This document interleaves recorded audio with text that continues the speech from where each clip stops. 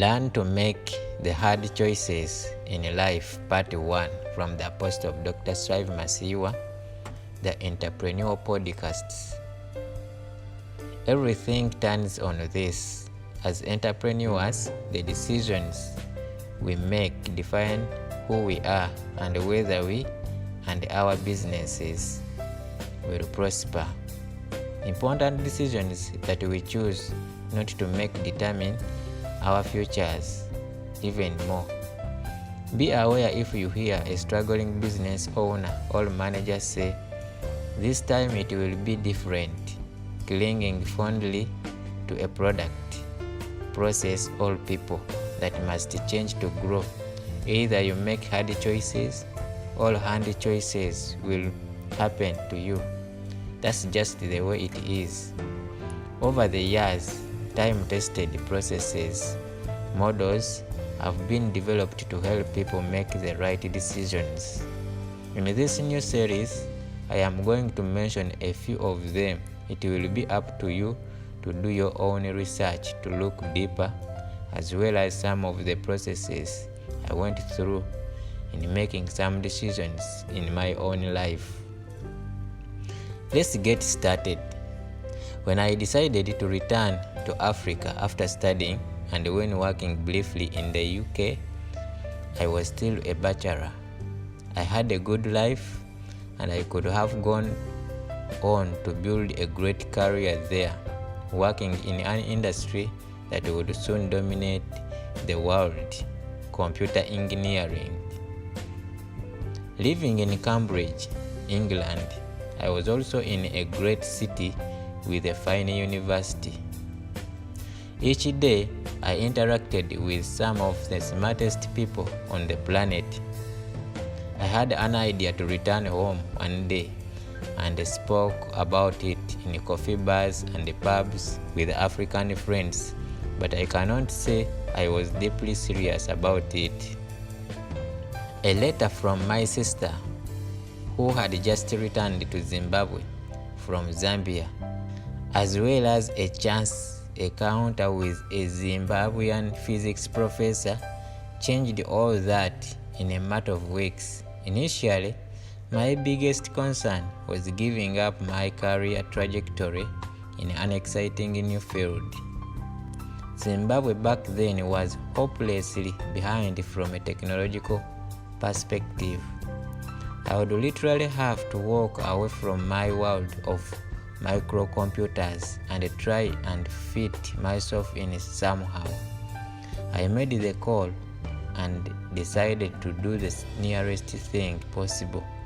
The job I accepted was based on a minor subject I had pursued at the university. I did my best with energy and gusto, with no regrets and complaints. What I wanted to share with you today, however, was another big decision for me at the time. In my little UK apartment, I cherished two things. I had probably the most advanced stereo system you could imagine. Being an engineer, I had put it together with extraordinary passion and skill. People used to come and see this thing. It came along with a beautiful music collection of the most contemporary artists of my day. I also had a color TV. I know some of you are probably laughing right now, but at the time, having a color TV was like owning a Tesla electronic car. I was a really cool guy to hang out with, and I could also party. Once I decided that I was going back to a country I had not been to since I was 6 years old, I moved quickly. I sold the music system and the color TV.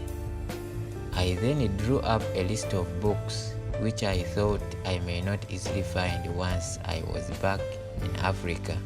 Remember, there was no Amazon or internet in those days.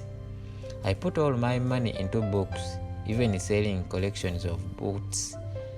Back then I wore cowboy boots and I had an afro. I packed all my books in a huge wooden crate, put them on a ship, and headed home with just a backpack and a few pairs of jeans. My uncle, who accompanied me to collect my crates, was astounded at this reckless young man who came home with nothing but books. Which strategic thinking matrix, model, rules, all types of analysis, if any, do you think I used in this decision process? Which ones do you use? Let's talk. To be continued. Last week I wrote this. We need strategic nations. The strategic advantage of a nation: Singapore is a tiny nation, both in terms of population, 5.8 million, and a physical size. It is essentially just a city, and yet its economic size, GDP, $307 billion, is bigger than every African country except Nigeria, $568 billion, and South Africa, $450 billion.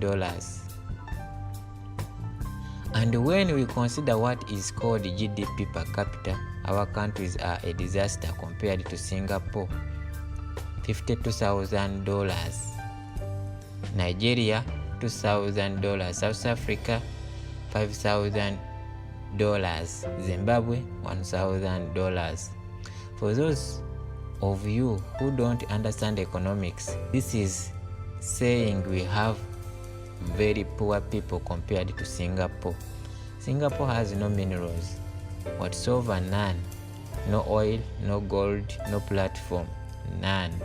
My favorite book by the founding leader of Singapore, and one of my favorite books of all time, is called From Third World to First. I used to carry it around everywhere.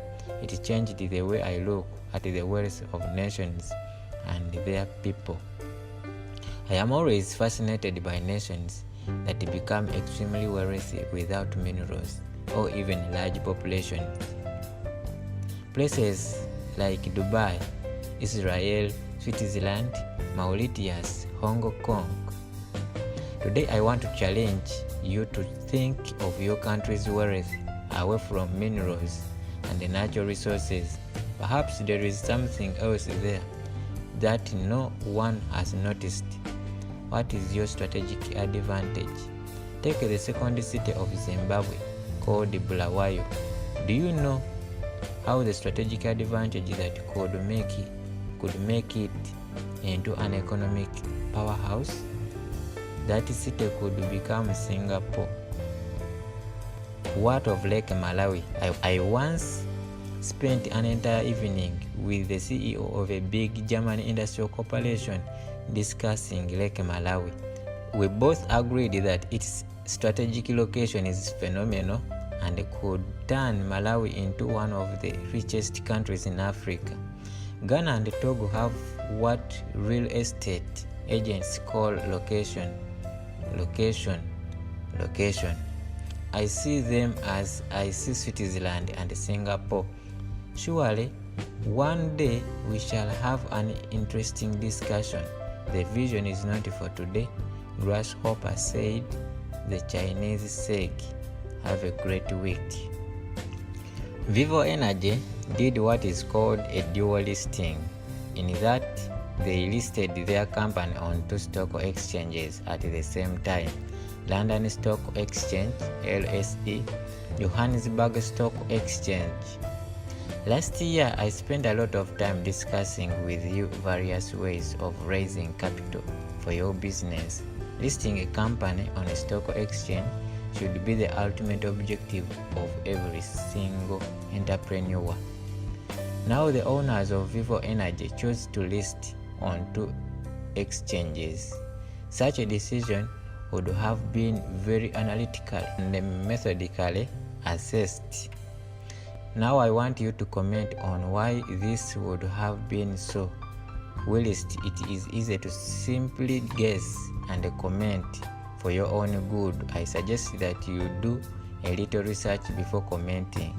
Then also follow the debate closely, unless of course you have no interest in understanding how real billionaires are made, in which case enjoy the football match. Yes, why two listings? Why London and Johannesburg?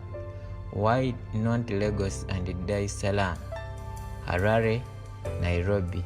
Please don't get all nationalistic and emotional here.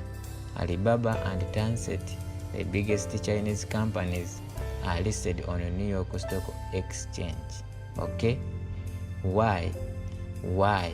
The answer to this type of question are what you should be reflecting on. Tinashe writes, I am not educated, Mr. Strive Masiwa, but every time I find myself watching tutorials on how to develop an app, so recently an idea came up, which I can't mention here, but I made a move and found a person who has more knowledge in development.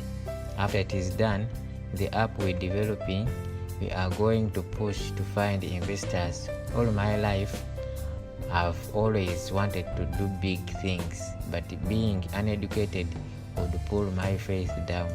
But now I am hoping to sit down with big names like yours and show up my demo and explain how big I see it and more. My reply, clearly a very intelligent person. I suggest that you go and get that education right away. It will only be a few short years and you are smart and resourceful enough to get it done. Opportunities will not only be waiting for you, but they will actually multiply. I was in the city, the financial center of London, where the big deals happen. All day today, everywhere I went, the discussion was about the listing of Vivo Energy, the biggest African IPO in a decade. The $3 billion deal was led by two young Nigerian entrepreneurs that I have known for a long time, and they call me senior brother. As a player in the money game, an entrepreneur, it is important to follow such a deal like someone who follows soccer knows what game was played last night. The difference is if you follow this kind of a game, it will make you rich one day.